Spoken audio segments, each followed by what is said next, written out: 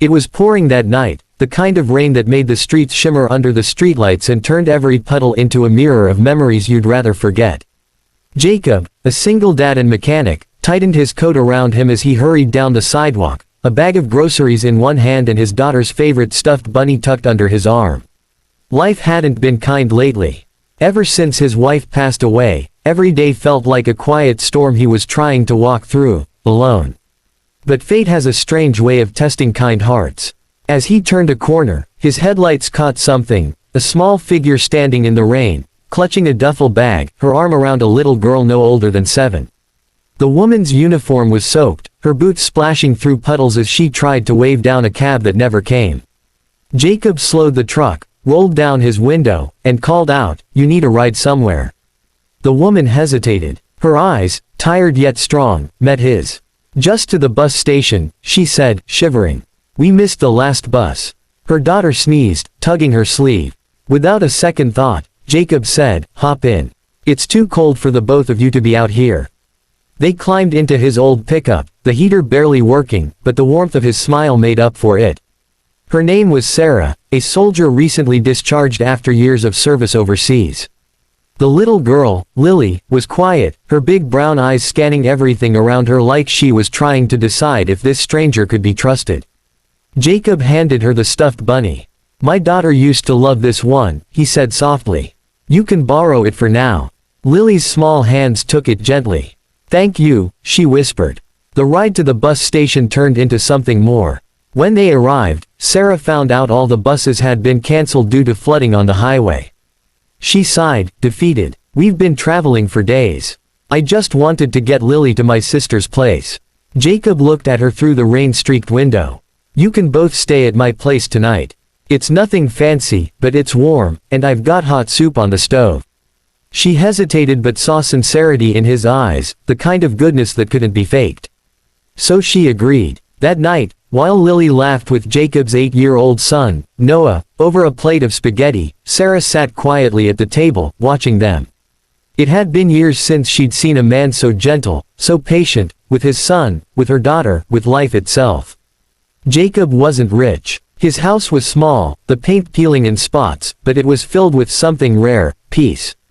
Over the next few days, as the storm cleared and the roads reopened, Sarah found herself lingering. She helped Jacob fix an old tractor in the shed, cooked breakfast with him in the mornings, and even taught Noah how to salute properly. Laughter began to fill spaces that had long been silent. But just as life began to feel like healing was possible again, there came that knock. It was a late afternoon. Jacob was teaching Lily how to make pancakes while Noah and Sarah cleaned up the tools outside. The knock came sharp, urgent. Jacob wiped his hands and opened the door, only to find 2 men in suits holding papers. "Are you Mr. Jacob Hayes?" one of them asked. "Yes." The man handed him a document. "We're here about your late wife's insurance claim. There's been a mistake, it seems the policy she left behind was never processed. You're the rightful recipient. The amount is substantial." Jacob stared, stunned. After years of barely scraping by, struggling to keep his son fed and the lights on, hope suddenly returned, but he didn't even know how to process it. Sarah came to the door, concern written on her face. "What's wrong?" she asked. Jacob explained, his voice trembling. She smiled, a tired, knowing smile. "Maybe this is life finally giving back what it took from you." Over the next few weeks, Jacob used the money not just for himself, but to help others. He fixed up the community workshop, helped veterans find jobs, and even repaired Sarah's truck so she could start her new life near her sister. But something unexpected happened. Sarah didn't want to leave. One night, as they sat on the porch watching their kids chase fireflies, she whispered, "I came back home thinking I'd lost everything. But somehow, in the middle of the rain, I found a place that felt like home again." Jacob smiled, his eyes reflecting the soft glow of the porch light. Sometimes, the people we help end up saving us too. Months passed, and what began as an act of kindness grew into something beautiful. Sarah and Lily became part of their lives, family dinners, school plays, Sunday mornings filled with laughter. The scars of the past didn't disappear, but together, they became reminders of how far love and kindness can go. And every time it rained, Jacob would glance out the window, remembering that night, the soldier, the little girl, and the knock that changed everything.